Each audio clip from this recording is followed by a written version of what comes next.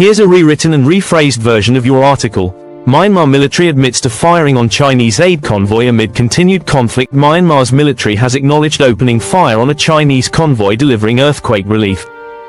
Despite the recent devastating earthquake, the military continues its offensive against rebel groups.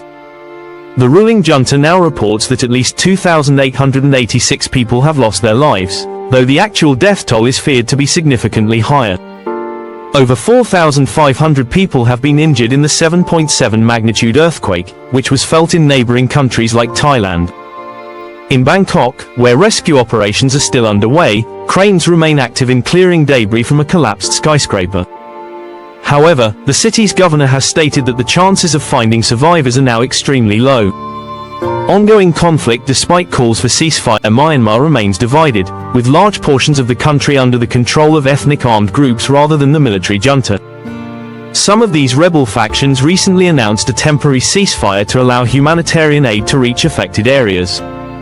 However, the military dismissed the offer, arguing that these groups are still recruiting and preparing for future attacks, which they consider an ongoing threat. As a result, airstrikes and ground offensives persist, worsening conditions for millions already struggling with the aftermath of the earthquake, displacement, and lack of sanitation. The attack on the Chinese Red Cross convoy highlights the tense situation.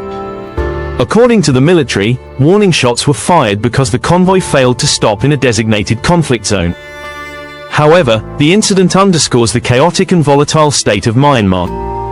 Concerns over aid distribution. Humanitarian organizations have raised concerns that the junta may be restricting aid from reaching rebel-held areas.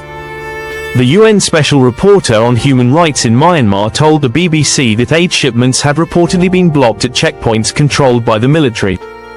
While international assistance has started arriving, including teams from China and Russia, the US response has been criticized for its limited scale, with only a small team of 3 people deployed so far. With aid access restricted and the conflict ongoing, the humanitarian crisis in Myanmar continues.